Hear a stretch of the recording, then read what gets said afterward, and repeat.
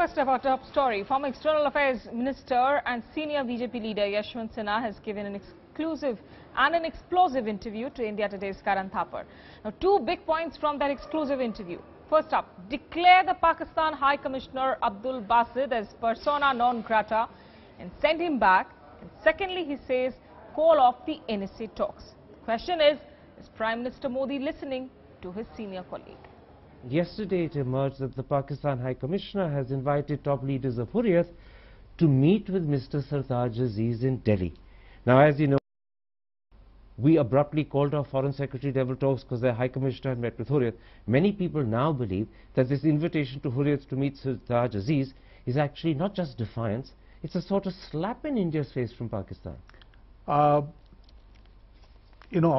You have mentioned, I had mentioned to you earlier that Pakistan is indulging in provocations of various kinds.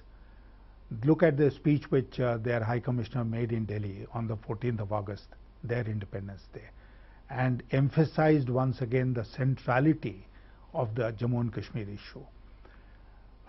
He was summoned to the Foreign Office in Delhi about the border ceasefire violations. And what did he say when he came out? That he in turn had protested to India about 70 violations of the ceasefire that we allegedly committed. Read his interview in the Hindustan Times today. And finally, the invitation to Hurriyat to come here is defiance all along. And I have said it earlier also, that this calls for not only calling off the dialogue or the talks that we are planning even at this late stage, just because Sartaj Aziz has not boarded the flight to Delhi yet, but we should take serious note of the activities and actions of the Pakistani High Commissioner in Delhi, declare him persona non grata and send him back to Pakistan. Absolutely none of that has happened. Instead, there is total silence from the government, and sources, often said to be at the very highest level, are saying the government is determined to go ahead. I have seen such reports, and I would expect that even at a very late stage the government will reconsider its decision. You're still hoping that even now the government will call off the talks? I am hoping that they will call off the talks in view of the provocations that Pakistan has provided. In fact, you went one step further. You said they should declare the Pakistan High Commissioner for his series of provocations persona non grata and send him home. Yes, yes.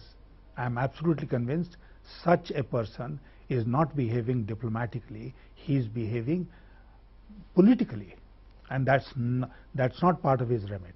And if the Indian government doesn't do what you're hoping, A, call off the talks at this stage, and B, send the High Commissioner back home, what will that be proof of in your eyes? No, perhaps, I am not part of the government. I am not privy to all the information that they have. But, we'll await, I will personally await if the talks are held, the outcome of the talks and see what happens.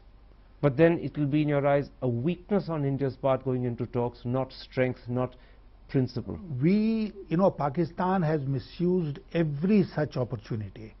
And the United Nations General Assembly session is coming. Maliha Lodi, the ambassador, has already raised it there as well. Already raised it. Now I'll keep my fingers crossed about what happens in the UNGA. Meanwhile, the only step the Indian government seems to have taken today with regard to the invitation from the Pakistan High Commissioner to Hurriyat to meet Sartaj Aziz is to first put them under house arrest in the morning and then mysteriously release them 2 or 2.5 hours later.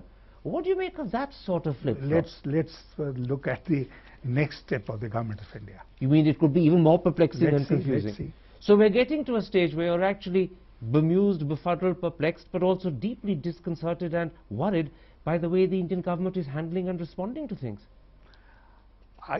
They must be having some reason for doing what they are doing.